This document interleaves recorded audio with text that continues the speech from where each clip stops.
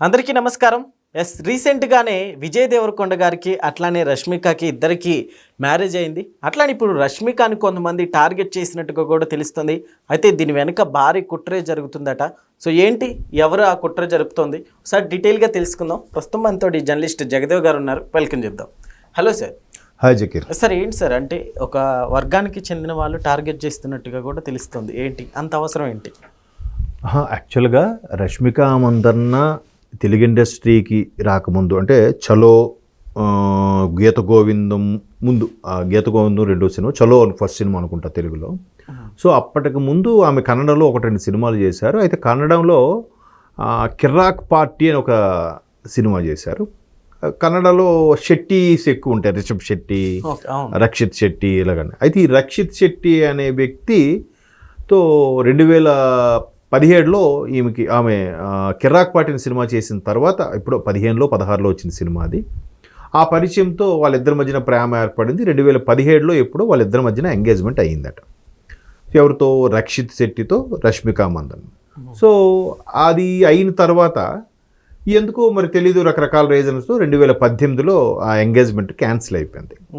ఆ తర్వాత ఈవిడ గీత గోవిందం తెలుగులో బెంగళూరుకి హైదరాబాద్కి బిజీగా తిరుగుతూ ఉండడం, మెల్లమెల్లగా ఆమె నటించే సినిమాలన్నీ సక్సెస్ అవ్వడం, సరిలేరు నీకెవరు కానీ, పుష్పతో ఒక పాన్ ఇండియా క్రష్మిక అయిపోయింది కదా, పాన్ ఇండియా క్రష్ అయిపోయింది ఆవిడ. సో ఆ క్రష్ అయిపోవడం, ఒక ఇమేజ్ పెరిగిపోవడం. అయితే ఆ 18 క్యాన్సిల్ అయిపోయిన తర్వాత ఈవిడికి ఇమేజ్ పెరిగింది ఒక విధంగా. సో ఇది జనరల్గా కామన్ కదా, ఒకరిద్దరు హీరోయిన్ కలిసి మాట్లాడుకుంటున్నారు, బయట కూడా ఎక్కడో కలుస్తున్నారంటేనే ఏవో రూమర్స్ అవి స్ప్రెడ్ అవుతాయి. పైపెచ్చి వీళ్ళిద్దరి మధ్యన ఎంగేజ్మెంట్ అయ్యింది, అనుకోకుండా క్యాన్సిల్ అయ్యింది, పెళ్ళి అయితే అవ్వలేదు. సో ఈ నేపథ్యంలో అక్కడ కన్నడ ఒక ఛానల్లో ఒక ఇంటర్వ్యూలో ఈమె తల్లిని ఇంటర్వ్యూ చేస్తూ రష్మి గారు, ఇప్పుడు మీరు ఇది 18లో ఎప్పుడు ఒక ఇంటర్వ్యూ చేశారట, అది 18లో క్యాన్సిల్ అయిపోయిన తర్వాత ఎప్పుడో అడిగితే, అప్పుడు ఆవిడ సందర్భంలో ఆవిడ సుమన మందన్న ఎవరు ఆవిడ పేరు, ఆవిడేం చెప్పిందంట,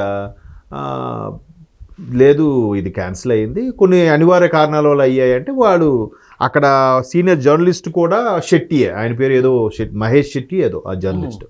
ఆయన ఇంకా శెట్టి అనేసరికి శెట్టి ఫ్యామిలీకి ఫేవర్గానే ఉంటారు కదా.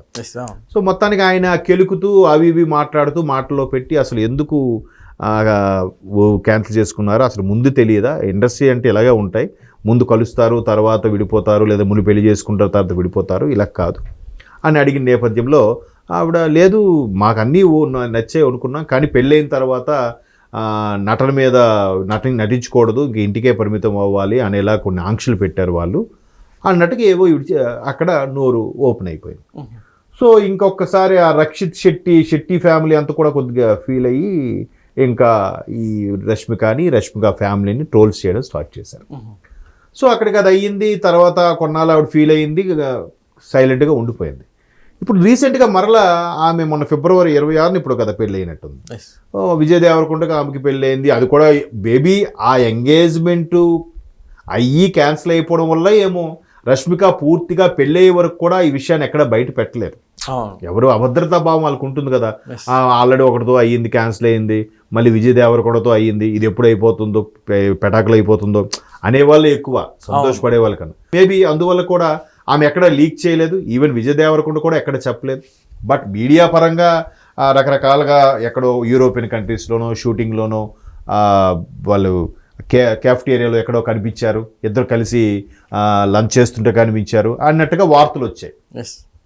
సో మీడియాలో హల్చల్ అయింది, విజయ్ దేవరకొండ రష్మిక మధ్యన ఏదో ఇష్యూ ఉందని. ఈవెన్ ఎంగేజ్మెంట్ తర్వాత ఏది గర్ల్ ఫ్రెండ్ సినిమా రిలీజ్ అయినప్పుడు దాని ప్రమోషన్స్లో కూడా ఆవిడ ఇలా మాట్లాడుతున్నప్పుడు ఆవిడ చేయుకున్న ఉంగరము, విజయ్ దేవరకొండకున్న చేయి ఉంగరము సేమ్ ఉన్నాయి, మీకు విజయ్ ఎవరో తెలుసుకోవచ్చు అన్నప్పుడు కూడా మీరు ఊహిస్తున్న అబ్బాయే కానీ నేను చెప్పను అంది.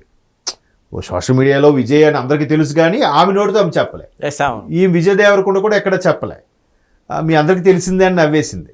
తర్వాత ఒక సెపరేట్ పాడ్కాస్ట్కి ఇచ్చిన ఇంటర్వ్యూలో కూడా మీ అందరూ ఊహించిందే, బట్ బాగుంటుంది, హ్యాపీగా ఉంటుంది అని కూడా చెప్పింది. సో ఈ మొత్తం న్యూస్ అంతా హల్చల్ అవ్వడం, మరలా అక్కడ శెట్టి ఫ్యామిలీకి సంబంధించిన ఫేవర్స్ ఎవరో ఇన్ఫ్లుయెన్సర్లు అభిమానులు ఉంటారుగా, వాళ్ళు గతంలో ఈ రష్మిక మందన్న మదర్ చేసిన ఆ మాటల్ని ఆ వీళ్ళు ట్రోల్స్ చేయడం, అప్పట్లో రక్షిత్ శెట్టి ఇప్పుడు విజయ్ దేవరకొండ, అప్పుడు వాళ్ళ మదర్ ఇలా మాట్లాడింది ఇప్పుడు ఏమి ఇలా మాట్లాడుతున్నారు అన్నట్టుగా తెగ ట్రోల్స్ చేస్తున్నారట. ట్రోల్స్ చేస్తే ఇప్పుడు అప్పుడంటే పెళ్లి కాలేదు కాబట్టి ఆమె మీద ఎన్ని ట్రోల్స్ చేసినా ఓకే, ఇప్పుడు పెళ్ళి ఒక భర్తతో ఉన్నప్పుడు మళ్ళీ ట్రోల్స్ చేస్తే అనవసరంగా మనస్పర్ధలు వస్తాయి కదా, కుటుంబంలో డిస్టర్బెన్స్ వస్తుందిగా. ఇప్పుడు మనం రీసెంట్గా ఉపాసన గారికి కవలు పుట్టినప్పుడు కూడా లేనిపోని అలిగేషన్ చేస్తే లావణ్య త్రిపాఠి చాలా సీరియస్ అయింది. ఆవిడ ఎందుకు హ్యాపీగా ఉండే ఫ్యామిలీ విషయాల్లో మీరు ఇలా ట్రోల్స్ చేయడం కరెక్ట్ కాదు, వాళ్ళ మనసు నొచ్చుకుంటే ఆ ఉసురు మీకు తగిలితే పద్ధతి కాదని కూడా ఆవిడ మాట్లాడింది. అంటే ఇలాంటి సందర్భాల్లో ఇలాంటివన్నీ జరుగుతున్నప్పుడు ఈ సోషల్ మీడియా కూడా కొన్ని సందర్భాల్లో అతిగా ప్రవర్తిస్తున్న నేపథ్యంలో ఈసారి రష్మిక చాలా సీరియస్గా యాక్షన్ తీసుకుంది. ఆ యాక్షన్ ఏంటంటే ఎక్స్లో పోస్ట్ చేసింది, నన్ను నా కుటుంబాన్ని ఎప్పుడో జరిగిన గాయాన్ని మరలా రేపి దాని మీద ట్రోల్స్ చేస్తే ఈసారి ఎవరెవరైతే కంటెంట్ పెట్టి పెడుతున్నారో వాళ్ళ మీద పరువు నష్టం దావా వేస్తా అని క్లియర్ కట్గా వార్నింగ్ చేసిందట. త్వరలో ఒక టైం ఎంతో ఇచ్చారు, 1 day 2 daysలో ఆ వీడియోలు కానీ సోషల్ మీడియా వేదిక మీద తొలగించకపోతే ఆ షేర్ చేసిన వాళ్ళు అవి ఎవరైతే చేశారో వాళ్ళందరి మీద కూడా కేసు వేస్తా, పరువు నష్టం దావా కూడా వేస్తానంది. అంటే ఇంత చెల్లించాలన్నట్టుగా. సో దాని మీద ఇప్పుడు మరలా మనం ఇలా మాట్లాడుకుంటున్నాం, చర్చ జరుగుతుంది. అంటే ప్రతి జీవితాలు కూడా చాలా జీవితాలు ఇప్పుడు జరుగుతున్నాయి కదండి. ఎంగేజ్మెంట్ ఒకరితో అవుతుంది, పెళ్ళి ఒకరితో అవుతుంది, మేబీ టైమ్స్ కుదరకో. ఇప్పుడు అందుకే ఇవాళ రేపు చాలామంది ఎంగేజ్మెంట్కి పెళ్ళికి కనీసం 3 నెలల గ్యాప్ ఉండాలని కోరుకునేది కూడా అందుకే. ఈ మధ్యలో వాళ్ళ కాన్వర్జేషన్లో కానీ వాళ్ళు మాట్లాడుకునే పద్ధతుల్లో ఒక కుటుంబానికి ఇంకో కుటుంబానికి మధ్య 2 కుటుంబాలకు సంబంధించింది, వాళ్ళిద్దరు వ్యక్తులు కాదు కదా.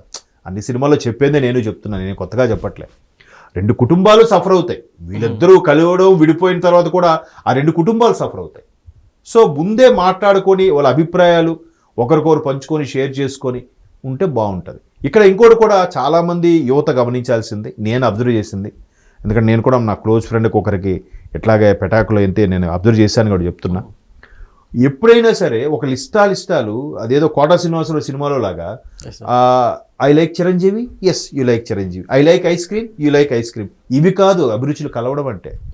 కుటుంబ ఆచారాలు వ్యవహారాలు కలవాలి. అక్కడ వస్తున్నాయి పొరపచ్చాలన్నీ కూడా. కలిసి తిరగడం, బయటికి వెళ్ళి నాకు చిరంజీవి అంటే ఇష్టం, నాకు పవన్ కళ్యాణ్ అంటే ఇష్టం, నాకు ఏఆర్ రెహమాన్ మ్యూజిక్ ఇష్టం, లేదా నాకు చాక్లెట్ ఐస్ క్రీమ్ ఇష్టం, ఇవి కాదు. అక్కడ కుటుంబ పద్ధతులు, ఇక్కడ కుటుంబ పద్ధతులు, అక్కడ ఆచారాలు, ఇక్కడ ఆచారాలు. అక్కడే చిన్న మా అమ్మ ఇలా అంటుంది కదా, నువ్వు చేసేస్తే అయిపోయేది కదా అంటాడు వీడు. మీ అమ్మగారికి తెలియదా, నేనే చేయాలా, నేను చెప్పాలా, నువ్వు చెప్పొచ్చు కదా మీ అమ్మకి అంటాది ఈమె. ఇంకా అలాగా చినికి గాలివాన్ అవుతుంది. సో మెయిన్ అభిరుచులు కలవడం అంటే అది కాదు లవ్ మ్యారేజ్ అంటే. 2 కుటుంబాలకు సంబంధించింది కాబట్టి సాంప్రదాయాలు, ఆచార వ్యవహారాలు కూడా కలిస్తేనే అది ఆ పెళ్ళి సక్రమంగా ముందుకెళ్తుంది.